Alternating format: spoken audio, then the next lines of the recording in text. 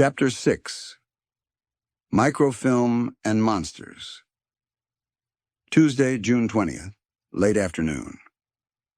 I'd spent most of the night combing the web for answers, draining dial-up like it owed me money. Sleep wasn't on the menu. Work wasn't either, though that little oversight got me a not-so-little warning from the music store manager by lunchtime. Christine gave me the raised eyebrow of doom. "One more research day, and you're out," she said. Fair enough. Chasing monsters doesn't fit on a timesheet. That afternoon, I made my way to the Rochester Library and Archives, the modern-day catacombs of old news and older secrets.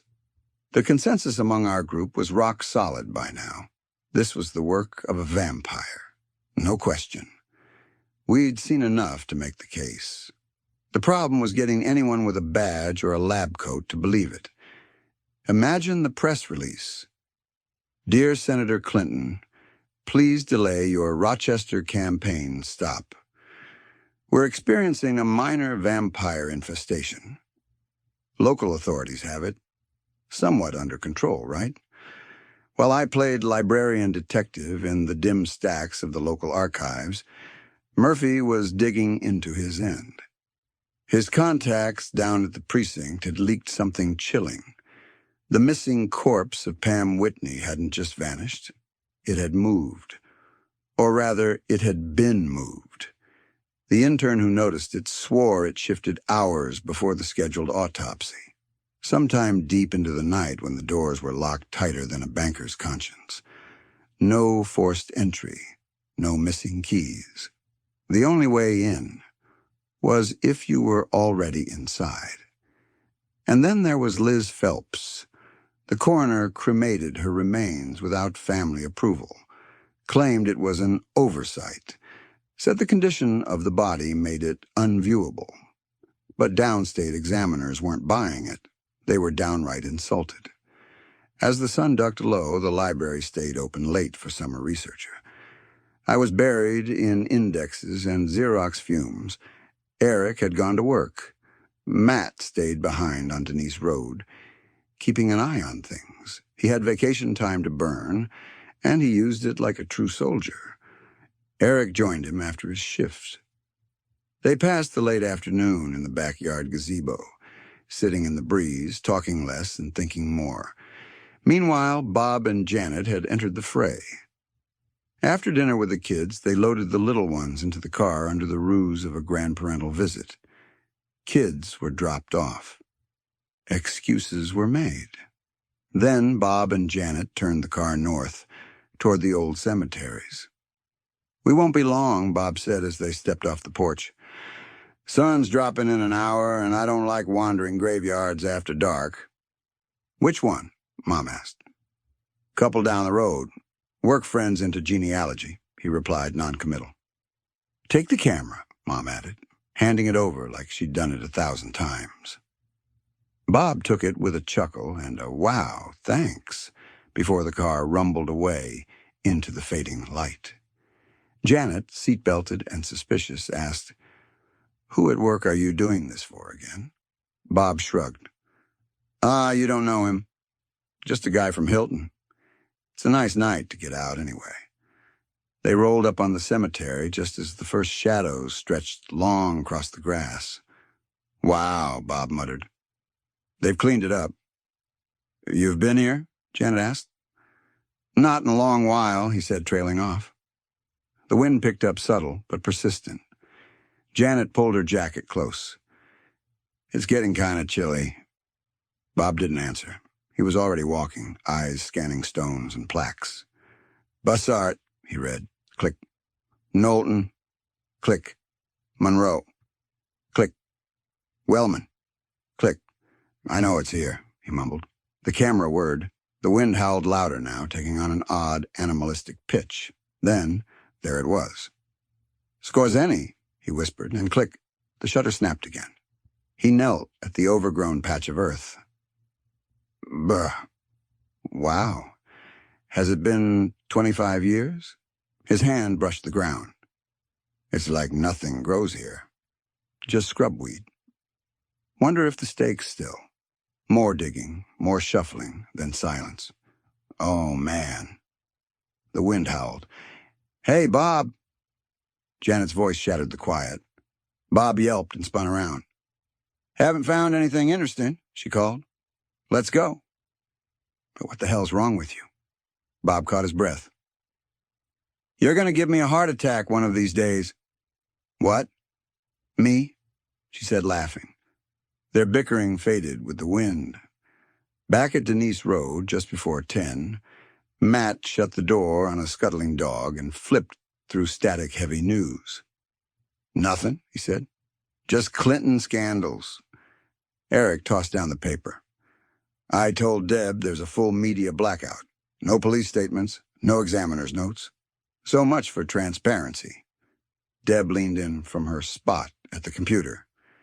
It's only a democracy when convenient. Oh, wait, this Wheeler guy? Had a big-time pharmacy business in the late 1800s. Might be worth a look. The phone rang. Lorraine got to it first. Adam tried too. It's Aunt Chris, Adam said. Says it's important. Matt took the receiver. Hello? Christine's voice was sharp. That reporter called.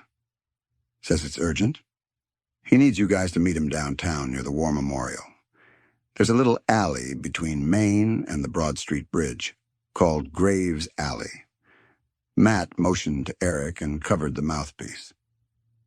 Rick, get on the other line. Click. What's he want? Eric asked.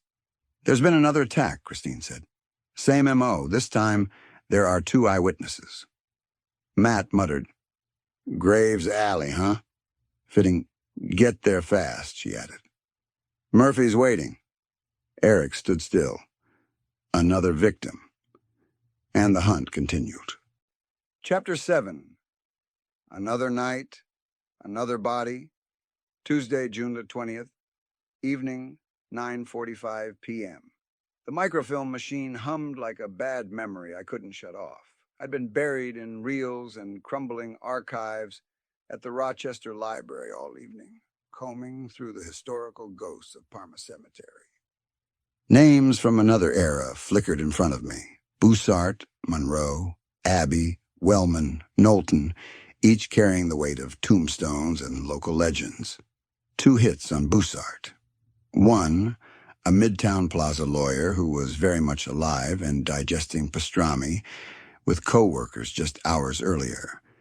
The other, a painter from the 19th century, dead in a wreck with a Model T. They never recovered the body, said it washed into the Genesee and never came back up. That one I kept an eye on. Monroe? Too many hits.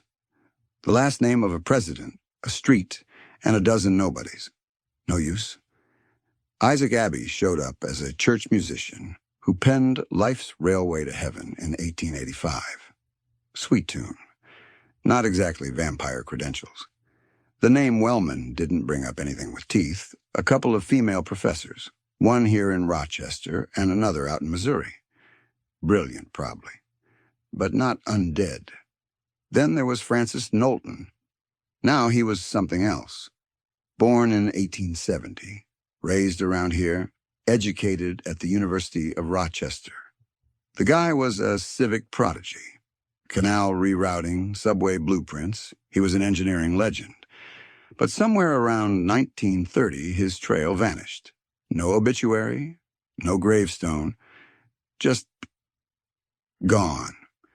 I was about to chuck the last of the photostats into the trash when an elderly librarian tapped me on the shoulder. I had a call on line 3. Must have looked surprised.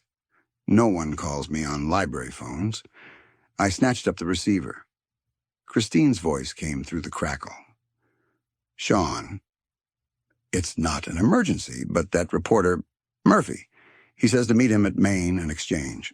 Matt and Eric are on their way, too. I asked the question we were all dreading. Another victim? Yeah, she said. But this time, 2 people saw it happen. I was out the door in 30 seconds. Photos stuffed into my case. breath already fogging in the cooling night air. Meanwhile, Eric and Matt had just rolled into the parking garage near the old revolving restaurant down by the War Memorial. Main Street was cordoned off tight, lit up like a crime scene Christmas. "Graves alleys down here," Eric muttered. "Between the arena and the river. They charge you $15 to park here now." "Yeah," Matt replied. "Uncle John used to take me, Graham, and Chaz to wrestling here in the 70s.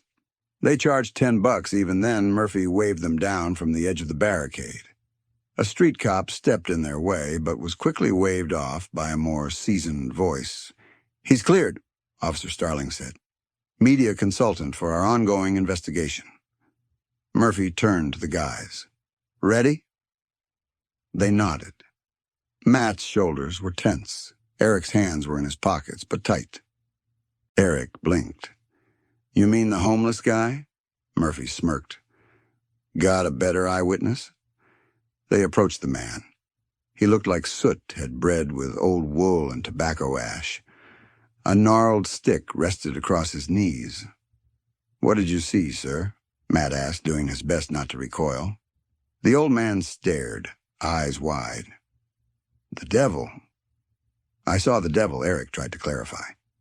"You mean you saw the attack?" "I was just looking for cans." "Good cans, too. Sometimes you find the good ones in these bins." He motioned to a battered cart. "Kids these days, they steal your cart. Joyriders?" Eric pushed gently. "And the girl?" "Gone. Just like that. Man jumps out of the sky. 5th floor up, I swear. Snatches her like a hawk grabbing a rabbit. And the smell, boy, like a dead cat in August. His breath. Made me gag from here. Growled like a tomcat in a rainstorm." The man acted out the growl, exhaling rank air in Matt's direction. Matt staggered back, waving a hand. "All right, we believe you." Eric eyed the broomstick. "What's that for?" "Protection," he said. "I sleep in the old subway. You never know when the devil's going to come knocking. Here-ya!" He swung the stick with surprising grace. "Karate." Before Matt could recover from the breath attack, Murphy returned with a couple of photostats. "All right, let's see if any of these ring a bell."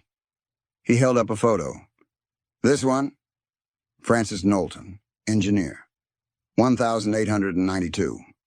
The man pointed. "That's him." "The devil." Sean blinked. "This was taken over 100 years ago." The woman, the original witness, glanced over his shoulder. "That's him, too," she whispered. "That's the man who grabbed Cassie." Murphy's face drained. "Well, I guess we're not dealing with a copycat, are we?" And somewhere beneath the city, under sewer lids and subway ghosts, the real monster was already on the move. Chapter 8. A Stake from the Past. Friday, June 23rd, 4 p.m. outskirts of Chicago. Kolchak's residence. I was booked for a gig in central Illinois that Saturday. One of those middle-of-nowhere town festivals where the biggest draw was the deep-fried anything and a 4-piece band on a plywood stage. We were flying out Friday afternoon, the plan being to get in, rest, play, and get out. But the truth was, I had another mission in mind, and it had nothing to do with cover songs or fairgrounds. By midweek, the murders in Rochester had taken on the kind of twisted shape I couldn't ignore. When you've seen the things we've seen, when you've survived the things we've survived, you learn to trust the cold fingers crawling up your spine. So I made the call. There was only one person on earth I needed to speak to. Not a cop, not a priest, not even my own brother, Carl Kolchak. The man was a legend wrapped in rumor. Half the stories said he was crazy. The other half said he was dead. But I'd seen enough to know he was neither. We flew into O'Hare just after 4 p.m. The band checked into a hotel that smelled like the 80s had never checked out. I tossed my overnight bag on the bed and made an excuse, something about gear left at the airport. Truth was, I had 6 hours to kill and only one name in my head. Kolchak. He lived out in a dead-end suburb northwest of the city, the kind of neighborhood where shutters stayed closed even on sunny days and every lawn had a story to tell. His house was a single-story bungalow, crooked siding, rusted mailbox, screen door hanging loose on one hinge. I knocked once. It creaked open before I could raise my fist a second time. There he stood. Rumpled white shirt, thin black tie askew, scotch in one hand, Nikon in the other, and that Panama hat, tilted back like it had seen 100 wars and didn't much care if it saw one more. "You're late," he said. "You didn't give me a time." "Exactly." He stepped aside. The place looked like a crime scene where the only victim was cleanliness. Clippings were taped to the walls, photographs pinned with thumbtacks to door frames, cassette tapes in shoeboxes stacked like tombstones on every surface. A reel-to-reel deck sat half disassembled on a card table next to an old typewriter that had definitely drawn blood. "You come to talk vampires," he said, pouring me a drink without asking. I nodded. "Rochester. 3 victims, 1 body missing, another was cremated without a request. Blood bank hit. Witnesses too scared to talk." Kolchak took a sip. "Let me guess. The cops think it's a serial killer. Maybe cult activity, occult task force," I said. "Like that's ever solved anything." He gave a tired laugh. "Last time they had an occult expert involved. They told me Janos Skorzeny was a runaway mental patient. They buried him with no ceremony and told me to keep my mouth shut or I'd lose my press badge. That was Las Vegas, 72. "And the next year?" I asked. "Seattle. Richard Malcolm. Doctor turned vampire. Lived underground. Drained half a dozen women dry. You know what they said? Gas leak. Covered up everything. Again. They always do." I handed him a manila envelope. He dumped the contents onto a coffee-stained TV tray. Photos of Cassie Phillips, the alley crime scene, microfilm copies of Francis Knowlton's blueprints. "Knowlton," he muttered, narrowing his eyes at the grainy image. "Engineer." "Rochester Subway," I said. "Designed the canal reroute in 1919. Went missing around 1930. But get this. There's a witness who says they saw him. Saw him. Same face. Jumped from a 5th-floor fire escape." Kolchak stared at the photo, not blinking. "Back from the dead. Again. Just like Skorzeny. Just like Malcolm. Just like all of them." I nodded. "That's what I'm afraid of." He leaned back in the chair, cracked his neck, and lit a cigarette with a shaking hand. "You ever stake one?" he asked, eyes half-lidded in the shadowed room. I met his gaze. "Yeah. Once. 25 years ago. Parma Cemetery. You think it's the same one?" "I thought it was dead." "Now I'm not so sure. Could be something older. Or something worse." Kolchak stood, crossed to a battered cabinet, and pulled out a thick leather binder. Inside were Polaroids, hand-drawn maps, crime scene sketches, newspaper clippings yellowed by time and heat. "Take this," he said. "Everything the cops didn't want me to print. Patterns, feeding cycles, fleeing strategies. They don't stick around when the heat's on. They burrow, hide, wait. It's all in there. I took it." He looked me dead in the eyes. "You want my advice?" "Always." He stepped close. "Don't do this alone. Don't trust the system. And whatever you do, don't underestimate the thing. These creatures, they're smarter than they look.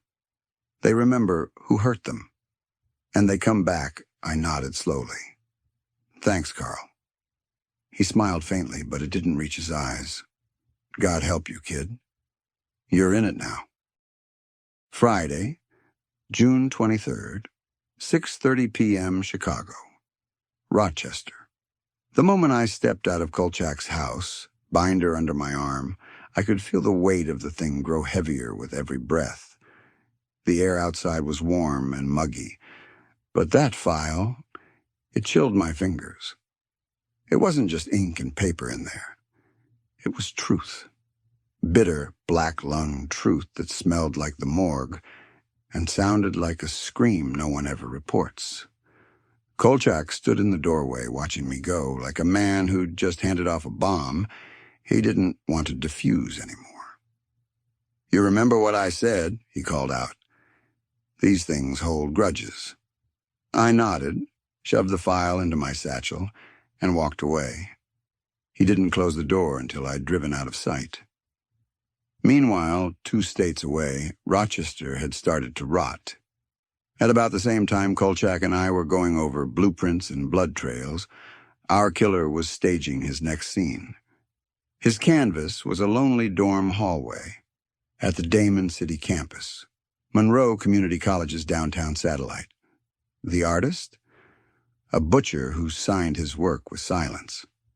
Annie Richards was 19 years old, not the partying type.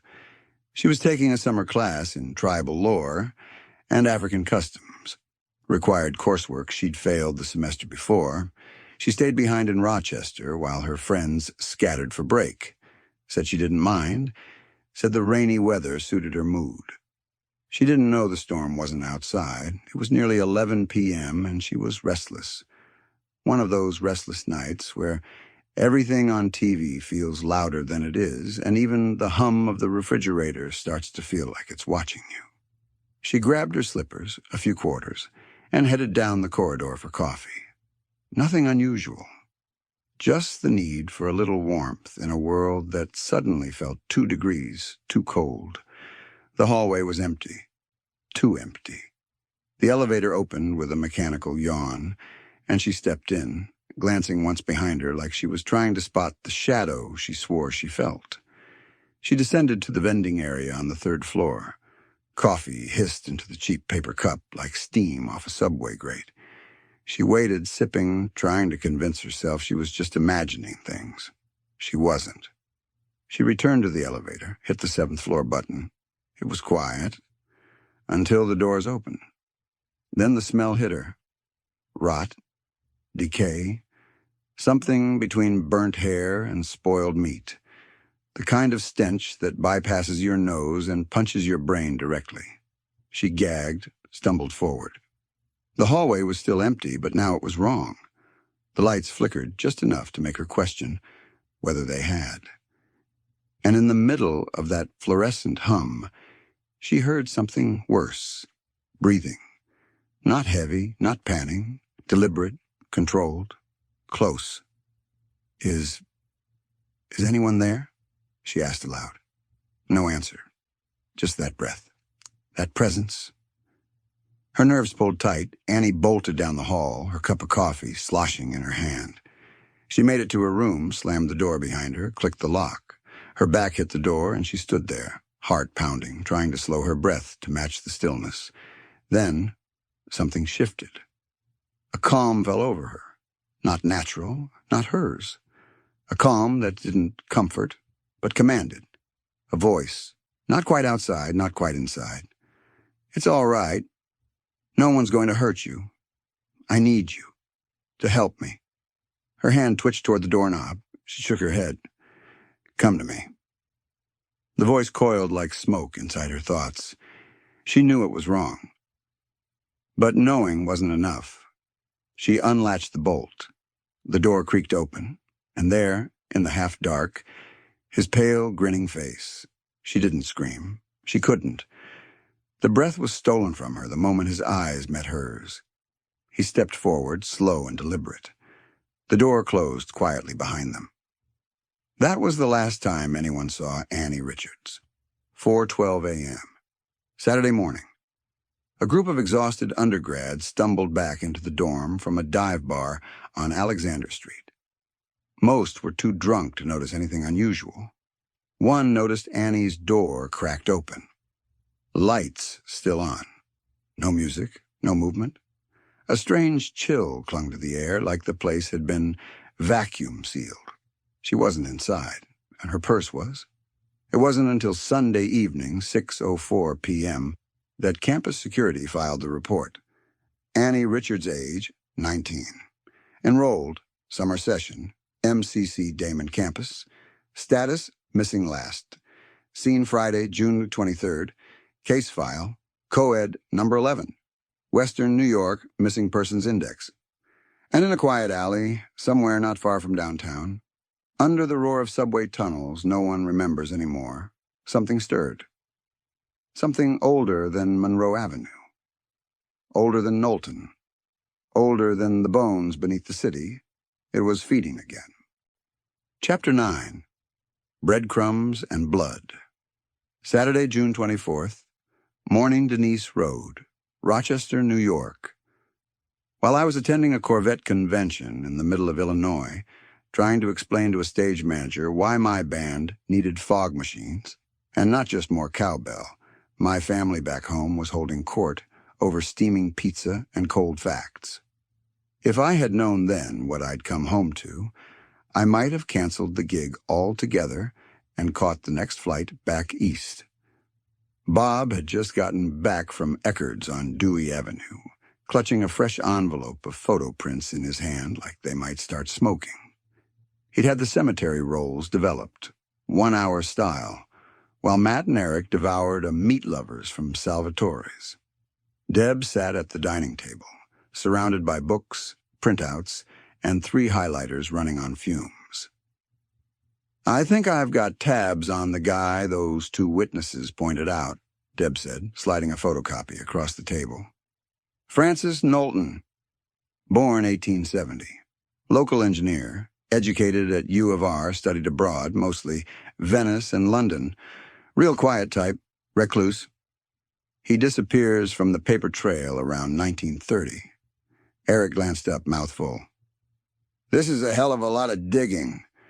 Where did you even get this stuff?" Deb smirked. "I've got my sources." Matt leaned in. "Yeah, and those sources sound a lot like Schuler-Haas."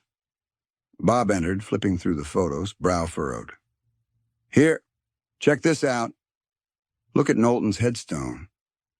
"There's something weird about it." Eric leaned over. "What's to see?" "Wait a minute. What the hell is that?" Deb squinted, then gasped. "That's a Masonic crest. But not just any. This is Gothic." Modified, Matt scratched his head.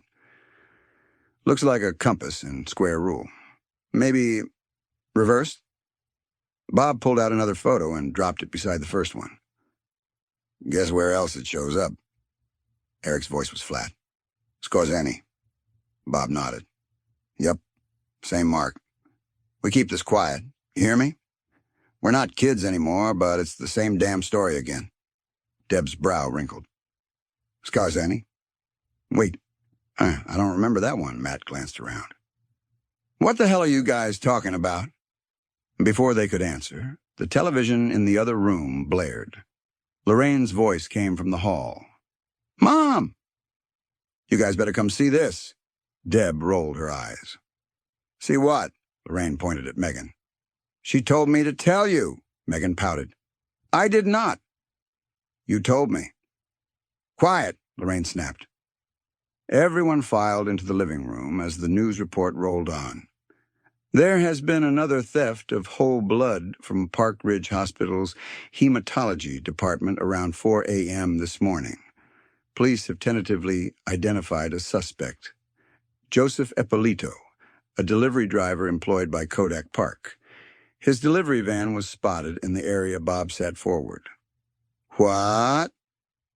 "The same van was allegedly seen during the prior theft at St. Mary's. Police were unable to locate Mr. Ippolito at his residence on Friday. His landlord reports not having seen him since Tuesday." Bob's voice cracked. "No. No way. That can't be right. He wouldn't do that." Authorities pursued the suspect from the west side of Rochester through Ridgeway, Lexington, and Lisle. finally losing sight of the vehicle downtown on Broad Street. They believe the suspect entered 490 heading east. He is currently wanted for questioning only commercial jingle. Silence in the room. Deb turned to her brother. "What's up, Bob?" "I know this guy," he said, hands shaking slightly. "I work with him. Not closely, but enough to say he's decent. Quiet, dependable. Last week, he didn't look right. Pale. Sick," Eric nodded. "Didn't you tell me his guys were ticked off because he didn't bring the van back?" "Yeah, but that doesn't make him a thief or a—" Bob stopped. Matt looked at him sharply. "Wait. Pale? You mean loss of blood pale?" The phone rang, cutting through the tension. "I got it," Deb said, disappearing down the hall. Eric turned to Bob. "Where does this guy live?" "J Street. Over a bar near Oak. He's had it rough since the divorce. Been down for a while." Deb re-entered with the receiver. "Matthew." "It's your reporter friend Matt," took the phone. "Hello?" Murphy's voice was tight, slightly distorted through the phone. "Listen. Just got off the horn with one of the cops. I told them the profile for this blood bank robber didn't match their suspect. Witnesses say the man who hit Park Ridge and St. Mary's looked nothing like this Ippolito guy." "That's what Bob said," Matt replied. "He knows the guy personally." "Who?" "Sean's brother." Murphy let out a breath. "Well, it's worse than we thought. The cops are locking in on this guy. They're saying the case is closed. No cults, no vamps, nothing supernatural." Matt frowned. "So they're just steamrolling the narrative." "Yep. And I got warned off pushing the vampire angle. Told me to stick to the facts. Said I was feeding panic." Matt looked around at the others. "This is going to get worse." "No kidding," Murphy said. "Let me know when Sean gets back." Matt hung up slowly. The silence returned, broken only by the hum of the television and the wind brushing through the siding. Outside, the sky was starting to change. The sun wasn't down yet, but it was thinking about it. Shadows stretched just a little longer. Colors started to fade. And somewhere on J Street, over a bar near Oak, something waited. Chapter 10. The River Runs Red. Sunday, June 25th, afternoon. Downtown Rochester. Genesee Riverbank Kolchak on the tape said, "They said it couldn't happen here. They always say that. But monsters don't care about zip codes. They sleep in our soil and wake when we stop believing I kept Kolchak's tapes running through the earbuds on the flight home. By now I'd played them all twice, maybe 3 times. Each listen pulled new meaning out of the gravel in his voice, each pause more intentional than I first realized. He hadn't just hunted monsters. He'd survived them.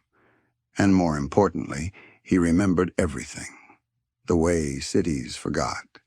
The way newspapers buried, Kolchak remembered.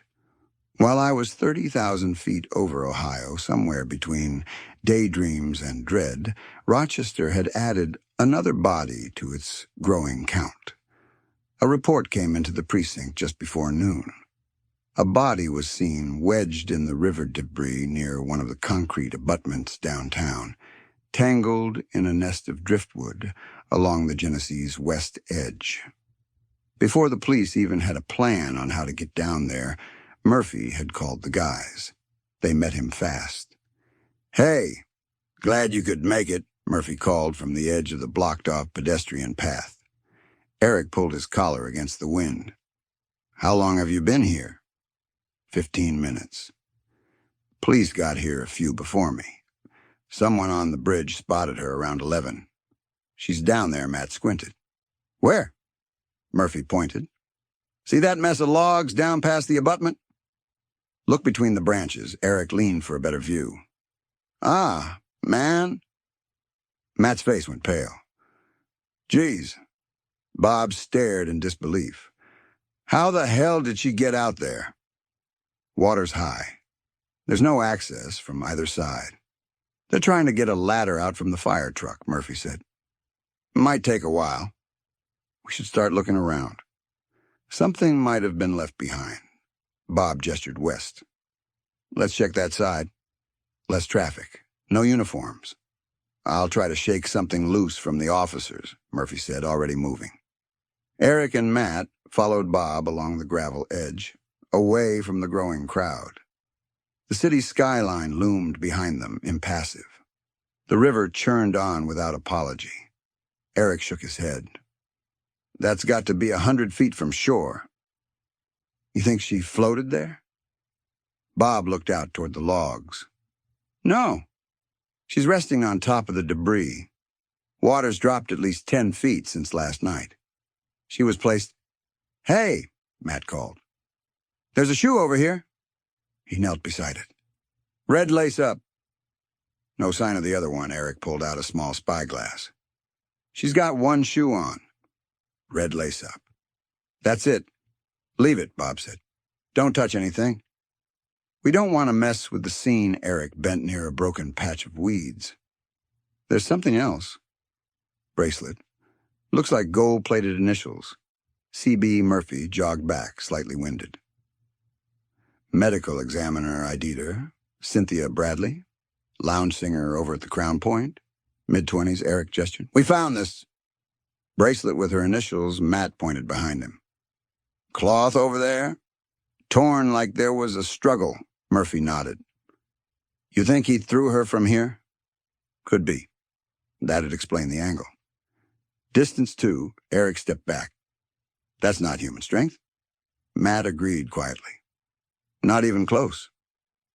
Bob glanced up at the gathering officers. We should get going. They're closing in. Murphy adjusted his press badge. I'll stay. I'll let them know what we found, minus the vampire theory. No need to make things worse. Matt and Eric gave a quick nod. Bob clapped both on the shoulder. Let's move. Cars up the hill Sunday, June 25th. Later afternoon, Graham's house. Greece, New York. By the time they pulled into Graham's gravel driveway, I was just stepping out of the shuttle van, one boot hitting pavement. Kolchak's leather dossier tucked under my arm. The sun was starting to hang lower in the sky, but there was still heat rising off the sidewalk. That upstate humidity clung to everything. Skin, clothes, thoughts. Graham's place had become the obvious headquarters. Familiarity was safety. Her house had seen generations of Williams kids running up and down its halls. If evil needed an invitation to enter, it wasn't getting one here. She didn't ask questions, just watched us like hawks nesting on the roof. Disapproval in her eyes, but sandwiches always ready. Hey, I shouted. Talk about timing. Bob stepped from the car. Yeah, bad timing. Eric followed. We just got back from the river. Another body. I stopped short. No. Matt nodded. She was on the logs. Cynthia Bradley. I tapped the folder under my arm. I've got something for us. Kolchak gave me everything he had. News clippings, case notes, even the photos the Tribune wouldn't print. He's old, but damn, the guy's still sharp. Matt blinked. Wait. Kolchak. You mean Carl Kolchak? The guy from the TV show? Before I could respond, the screen door flew open. I want you boys to come in here and get a sandwich, Graham called out. And I don't want to know what you're up to. It's probably no good. From the back room, Chaz chimed in. Well, count me in then. You always told me I was no good. Matt and Eric cracked up. I smiled, suddenly hungry for more than food. All right, I said. Let's eat. Then we sit Matt down and bring him up to speed. Because once you understand what happened 25 years ago, you understand exactly what's happening now.